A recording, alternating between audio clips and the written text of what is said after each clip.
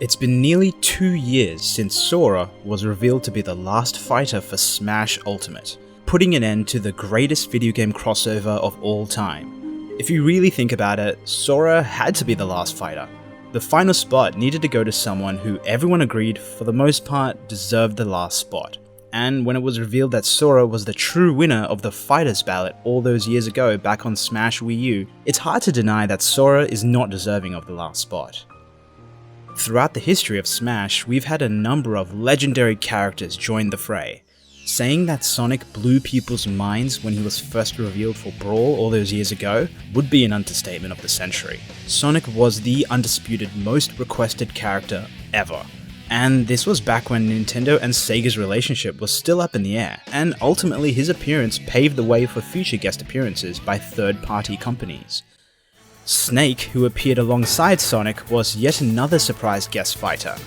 Honestly, his inclusion to this day is still a surprise. Snake completely broke the mold of what made a traditional Smash fighter. Up until that point, the roster had primarily consisted of plumbers, furries, underage children, and random swordsmen. Sonic fit the bill pretty well. Snake, on the other hand, was a gruff dude who fought with grenades, landmines, and a fucking rocket launcher. Not to mention that Metal Gear was primarily a Sony franchise, although his inclusion showed that company affiliation and even playstyle was not a factor when it came to guest fighters, and set an important precedent for future guest appearances. Mega Man was yet another pivotal guest fighter, when he was first revealed for Smash Wii U, an iconic legacy character from Capcom, who paved the way for Ryu and later Ken in Smash Ultimate. Despite yeeting Kojima into next week, the existing relationship established with Konami for Snake allowed the Belmonts to join Ultimate. Sonic, now an established Smash veteran, cleared the way for Bayonetta on Wii U and Joker in Ultimate. Bandai Namco finally had 2 reps join the fight, with Pac-Man on Wii U and Kazuya in Ultimate. At this point, Sakurai's reputation to pull anything out of his ass no doubt helped progress talks with SNK and Microsoft to get Terry, Banjo, and Steve from Minecraft into Ultimate. And of course, we can't talk about guest fighters without talking about Cloud, another primarily Sony character who, like Snake before him, absolutely blew everyone's freaking minds when he was first revealed for Smash Wii U, making him Square Enix's first guest fighter. At the time, Square Enix was clearly very conservative in their offering, only allowing a handful of tracks along with the fighter. Who knew that a whole game later, we would have a total of 4 guest fighters from Square Enix, with Cloud, Hero, Sephiroth, and Sora. Although unlike the other 3, Sora's ownership was a little bit more complicated, which begs the question, who the fuck owns Sora? Is it Square Enix, or is it Disney? It was this very question that made everyone pretty much write off Sora from the very start, due to the legal nightmare it would have probably have been to include him as a playable fighter. This was acknowledged by Sakurai himself during his initial reveal, stating that his addition required more coordination than other fighters. Ultimately, it came down to a coordinated effort between Disney, Square Enix, and Nintendo to get Sora into Smash. Originally, it was Kazuya who was intended to be the last fighter. You can tell based on how intricate and somewhat broken his moveset is, it's clear that he was made as a thank you and love letter to the folks over at Bandai Namco, who helped develop Smash into what it is today. But a chance encounter with a Disney employee changed all of that, as talks were able to get underway to get Sora into the game, allowing the team to increase the fighters past 2 from the initial planned 5 fighters to 6. Coincidentally, the circumstances that paved the way for Sora to be in Smash mirrors how the original Kingdom Hearts was initially greenlit. There's actually a few interesting coincidences surrounding Sora's inclusion that made it seem like he was almost fated to be the final fighter. Kingdom Hearts has a strong association with the number 13, from the elusive Organization 13 to the actual number of letters in the title. The number 13 is a recurring number that is seen throughout the clusterfuck of a plot that is Kingdom Hearts.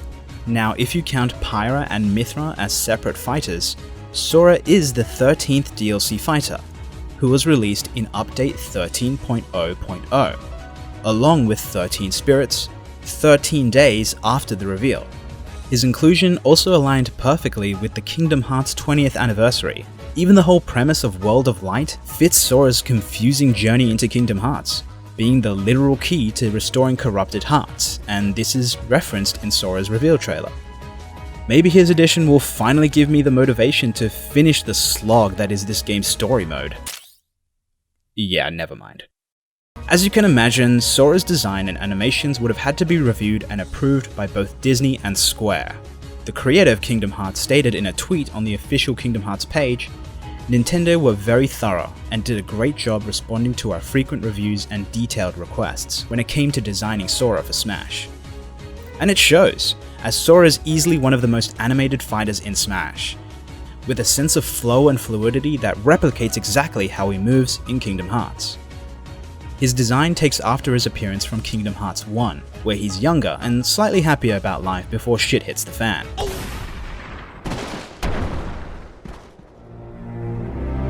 Mission failed! However, his voice lines are taken directly from Recoded and Dream Drop Distance, which actually take place after Kingdom Hearts 1, where he's a little older. I guess they just didn't want him to sound like the prepubescent teen like he does in the original game. Do you know where we are? Hey! They ask you how you are, you just have to say that you're fine when you're. Sora's first 4 costumes directly reference his outfits from the mainline series: Kingdom Hearts 1, 2, 2.5, and 3. Costume 5 is taken straight from the timeless river world in Kingdom Hearts 2, while costumes 6 through to 8 reference the different drive forms he takes throughout Kingdom Hearts. In fact, the majority of Sora's animations are basically ripped directly from the original game, from his idle animation, jumping, rolling, swimming, and even climbing animation. He even holds items the same way, although when he holds one-handed items like swords, he dual wields them just as he does in Valor form in Kingdom Hearts 2. He also hovers along the ground as he runs, just like the other 2 anime pretty boys, a direct reference to the glide ability. And then there's his stage, Hollow Bastion, an iconic location from the original game which starts at the rising falls overlooking the castle to a flyover of the castle's exterior. When a fighter is down to their last stock, Hollow Bastion will transition to Dive to the Heart, a beautiful set piece encompassed by a stained glass window depicting various characters from the Kingdom Hearts series, including Sora, Sora's boyfriend, Loser Sora, Emo Sora, Confused Sora, Blue Girl, Brown Boy. And of course, Sora's playstyle has been faithfully transferred over from Kingdom Hearts, as he is at his best when he's in the air, thanks to his insane recovery ability and oppressive set of aerial attacks. For example, Sora's Nair, Forward Air, Jab, and Forward Tilt are all natural combo moves. They have been designed specifically to mimic how he fights in his own games, right down to the cute star effect on hit and custom Keyblade sound effect. Sora has been built from the ground up to be able to chain between various attacks, and this is reflected in his special moves. Magic comprises of 3 elemental spells, Faraga, Thundaga, and Blizzaga. These spells are seen throughout the Kingdom Hearts series in one form or another. However, the iterations seen in Smash take after how they appeared in the original game. Although in there, magic was based on an MP meter, where in Smash, they work on a rotational basis. This is likely to simulate how Sora is able to chain between different special attacks freely in his own games. Aerial Sweep and Sonic Blade both work in tandem to provide one of the strongest recovery abilities in the game, with Aerial Sweep providing height and Sonic Blade providing mobility and horizontal distance. Both moves are seen throughout the Kingdom Hearts series. Aerial Sweep is a combat ability in the original game, while Sonic Blade and the lock-on mechanic has been a staple throughout every single entry of the series. He actually first learns the ability after a D&M with Cloud in the original game, something about getting up on the Hydra's back. Although early iterations of the move only let you use it on the ground, it was only later games that let you use it in the air like in Smash.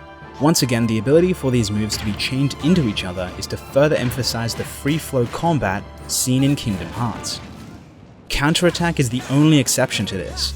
This is a key defensive move in Kingdom Hearts, and this iteration is based on 2 abilities: Guard, which makes up the defensive stance Sora takes, and Counterattack when it's successful.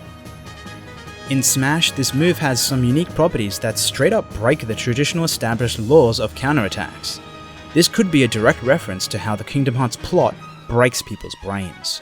In Kingdom Hearts 3? No. Fuck! Nearly all counterattacks at this point relied on a time stop. Sora's counter is the only counter that triggers a stagger state instead. This lets him counter normally difficult to challenge attacks, and can even let him counter moves that were designed to be counter-proof, like Banjo's Wonder Wing, Terry's Buster Wolf, and even Hero's Kerclang, designed to only be broken with Metal Slash or just waiting a couple seconds. And we haven't even started on the recovery moves. Oh man.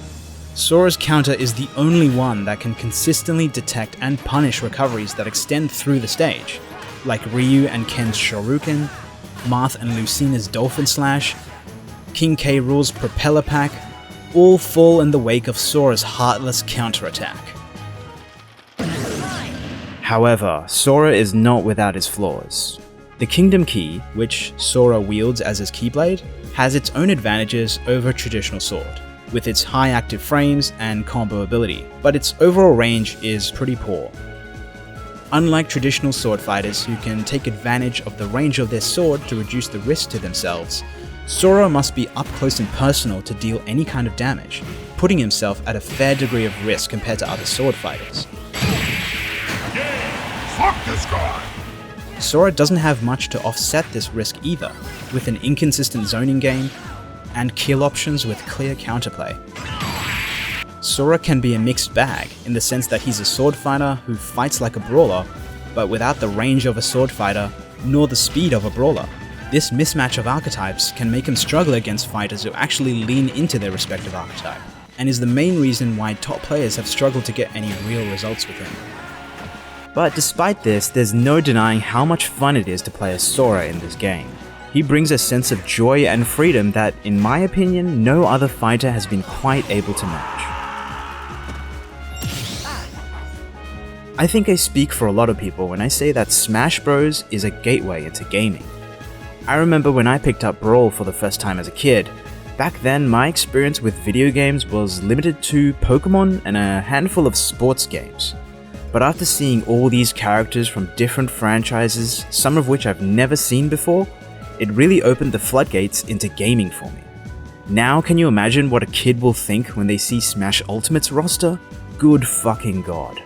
Smash Ultimate is more than just a platform fighter at this point. It has become a celebration of video games itself. And it seems fitting for Sora to be the one to close the door on this legendary title, sealing it away as a time capsule of video game history. So pick up your Keyblade and stay true to your heart with Sora.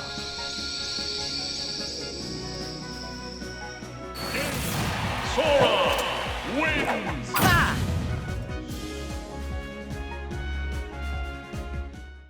So, I suppose I have some explaining to do, like where the hell I've been for the last year and a half. Well, I never really left. I have been working with That Blasted Salami on a collaborative project for Smash Ultimate, where we are creating overviews for every single fighter in Smash Ultimate. So you can't say I haven't been covering this game to some extent. And while there has been a bit of a break in uploads, we are on track for creating overviews for every single fighter in Smash Ultimate by the end of the year. So I'll leave a link in the description if you're interested in checking it out. Now, I get that this is not really an excuse for not uploading on my own channel, and I suppose part of the reason for that was because I lost motivation for uploading on my own channel. Although I love creating guide content, I do find that the space has sort of saturated to a point where it's very difficult to really break out. And it's tough because a lot of the times when you want to create a guide for a character, I don't want to just create some shitty breakdown that comes out day one, right? So I take a lot of time, a lot of effort, and a lot of energy in creating these guides, but by the time they do come out, it's already been like a month or two by the time the character's already been out. And so in terms of traction, it just doesn't really do that great. and it just makes it tough to be motivated when, although sure, I really love the creative process, it's tough to not see the numbers reflecting that. So under TBS, I was able to create content without the worry of how well they did, because it was not under my own banner. I realized that the YouTube space has changed drastically. Everything is more reactionary based. Reaction content is the name of the game these days. And while I could probably jump into that space if I really wanted to, it's just not really my style. I've always liked creating visually appealing content that is stimulating to the viewer whilst also informative. So where am I going with this? Why the hell did I just come out of nowhere and upload a video like this? Well, for one, I actually really do enjoy Sora. He's probably my favorite character in Smash Ultimate. Easily my main, no question about it. And I just wanted to pay homage. And so I sort of took a different approach with this video and more delved into the design philosophy behind Sora as opposed to the actual moveset, which is what I used to do. I think this hybrid will allow me to create content that not only breaks down the character's gameplay, but also talks more about the design and gameplay philosophy, which I think is a lot more intriguing. And I'll be able to create this type of content more frequently, as opposed to in-depth moveset guides, which require a lot more time and effort. And so, yes, I am back. I am going to be continuing this series with future characters like Sephiroth, I think he's next on the plate, as well as Cloud, and probably just go down the list, really. But I'll be focusing more on characters I really like, as opposed to every single fighter. Because I've already done that now with Smash Ultimate overviews. So this just lets me work on characters that I actually give a shit about. No offense. I'm not going to bother creating a deep dive for Olimar. As much as I feel bad for Alf, I think he really got the shaft in Smash Ultimate. I think a lot of people forget he's even in the game. Now, I don't want to just create content for Smash. I realized that I uploaded this video pretty much on the day Street Fighter 6 came out. And that's not a coincidence. I think that character design and overall art style is incredible. You can tell so much love has been poured into this fighting game. I definitely want to cover the character design philosophy and inspiration behind some of these fighters. One thing I want to make clear is that while I will be deviating a little bit from Smash Bros, Smash Bros will always be part of the channel. So what I'm going to be doing is, rather than have my channel just be based on one game, I want to have my channel revolve around characters. Ultimately, I want this channel to be more of a celebration of video game characters and their design and gameplay philosophy in their own respective games. Whether it be a fighting game like Dragon Ball FighterZ, or even an action game like Ghost of Tsushima. So, we'll see. If you have stuck around listening to my ass for this long, thank you. And please like and subscribe, seriously. I'm gonna frickin' need it. Going this long without uploading is not gonna be good for the channel. So it's gonna take a long road to get things back up and running again.